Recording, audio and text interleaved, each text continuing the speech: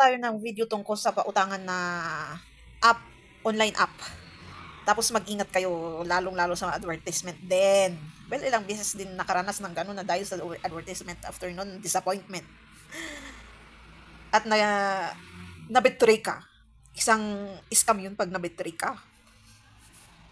So, ang sabi kasi doon alam mo ba, so yung advertisement nila, umutang ako ng ganito, ganyan. Tapos, ang interest is ganito, ganyan. Alam mo ba, umutang ako ng ganito, ganyan. Parang 3 tao or 2 taong nag-uusap. Tapos sinabi, ay, ang baba naman ng interest. Parang maantig ka dun sa mga paano natin nakukuha yung mga advertisement nila pag mahilig kang maglaro ng app or online na yung mga pag may wifi ka or malakas na data is kahit free yan.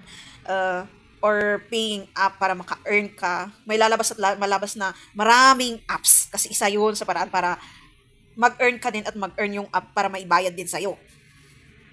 Parang siguro 50-50 or 60-40 kayo nung gumawa ng app sa earning app na yun. Tapos maaantig ka dun sa, sa advertisement. Wow, ang mura naman ng interest. Tapos sasabihin pa yung, alam nyo ba na pwedeng bayaran ng ganito kahabang araw? Tapos, nung trinay mo yung loading app, at sabi doon, ang nangyari kasi sabi doon, 125 days na babayaran biglang may tumawag. Kasi emergency nga. Kailangan. Tapos, ito rin ang example ng isang tao, kasi, kasi kami umutang? Emergency. Kasi yung hinihintay namin sa date na yun, wala. Iyon ang promise na pagbibigyan. Yan ang example ng walang responsibility na tao. At may pinag-aralan pa yun. Mataas ang antas Matayo. ng pinag-aralan. Tinitingala. Tinitingala daw. Matayog. Naman, pag dumadaan siya, Tapos pag dumadaan ka, alam mo yung pinag-aralan at trabaho is maganda. Pero pag isa kang taong walang responsibility sa buhay, hindi mo alam ang responsibilidad mo, iaano mo na mawawala yung education part na yan. Depende rin kasi kung ano nakikita niya sa parents niya nung paglaki niya, tapos kung ano nararanasan niya ganun. Ia-adapt talaga ng anak yan, paglaki nila. Kaya mag-ingat tayo sa pagpapalaki ng ating anak at kung anong pinapakita natin. Mas magandang, kahit hindi perfect, pero i-attach natin sa anak natin yung mas importante ang may iniisip mo yung responsibility mo talaga sa buhay mo. Identity crisis din kasi yung hindi mo alam yung responsibility mo. So yan, balik tayo sa loaning app, napunta tuloy doon. Yan, emergency nga Kasi kailangan na kailangan. Merong kami kasamang kumakain At binibili lahat na walang kami ng, kahit may kuryente, pero pag walang tubig, paano ka naman maghuhugas, maglalaba, or kakain pag walang tubig, or pagkain. At paano na, lalo pag may mga alaga ka pa. Ayan.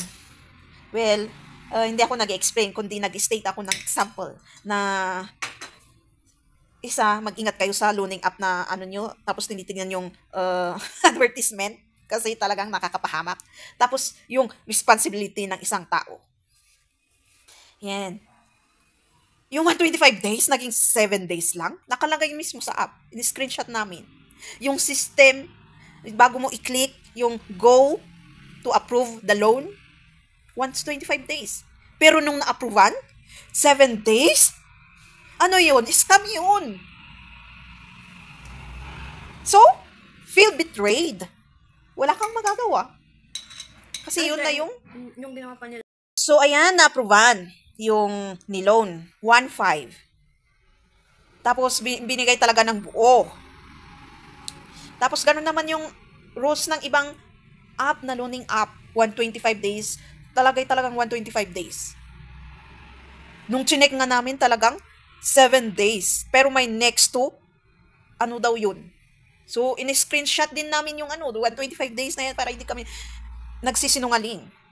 So, ibig sabihin, mistype. Tapos,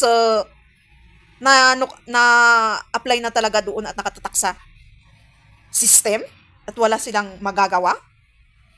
May tumawag. Kasi nagulat kami kasi may tumawag at 7 days. Okay lang sana kung ginawa nilang 1 month.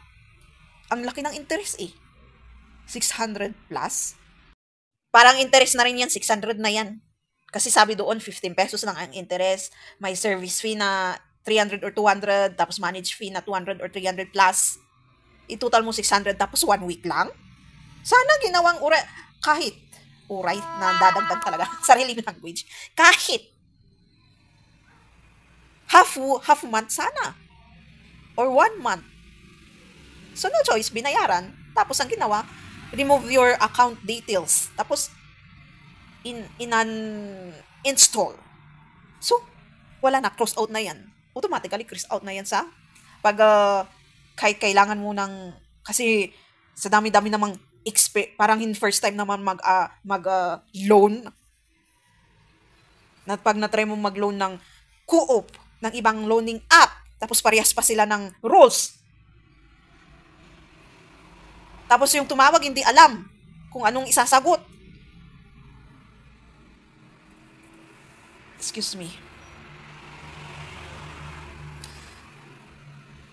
Hindi alam ang i-explain. Kaya, the best way is, kaya gumawa din content na ganito para advise that you have to make a wise decision. Kasi kung ayaw nyo din ng tawag, tapos biglang ganun yung nangyari din sa sitwasyon nyo, tapos wala kayong pangbayad nung time na yun, awareness sa atin na baka mangyari din sa inyo. Mas magandang yung pag-loanan nyo is yung kilalang loaning app. Yung matagal na sa industry. Walang wrong typo. Wrong type. Kasi ano yun, imposibleng hindi nila alam yun. Grabe, doon sa 1 week lang na yun, 600. So, naging 2,000 plus. Ang laki nun. Mas inano pa yung Tinalo yung home credit. Tinalo niya yung home credit eh. Ang taas din nung interest. Oo, pero 600. Pag plusin mo lahat yung 600 kada 7 days. Sabagay, mahaba-haba din na araw na ibibigay sa'yo yung kaya mataas yung interest ng iba kasi mahaba din yung araw. So parang tinutan nila yung kikitain nila sa araw. So, mas okay pa yung mga yan na kilala kahit mataas. May gamitin mo lang yung common sense mo kung bakit mataas yung interest. Tapos i-divide mo sa araw. Pwede pa atang maging 200 days yun, di ba? 200 or 3 years? 2 years? Iso daw 2 years? Hindi sila magde-decide. Sila daw magde-decide. Yung credit loan ko noon na 120,000 is for 3 years. Oh, Tapos ayan, yung 300,000, 3 years, okay na rin yun. Hindi, 100, Lalo pag wala kang puhunan kung kailangan mo talaga 120. ng business puhunan. 120,000. 3 years. 100 plus.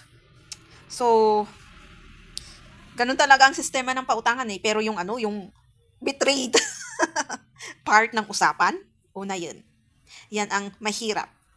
Yan ang magdadagdag sa disappointment bilang tao sa mundo at madadagdag sa disappointment sa buhay. Kaya nasisira at nasisira. Walang coincidences na wrong typo. Di ako naniniwala dyan. Kasi, natry ko magtrabaho ng kahit sales lady ka man, or kahit anong trabaho, kung may pagkakamali ka, ikaw ang babalikan na nagtatrabaho. Dito is, ikaw ang babalikan na umutang eh. Sila pa ang aanuin ka. So, mag-ingat tayo.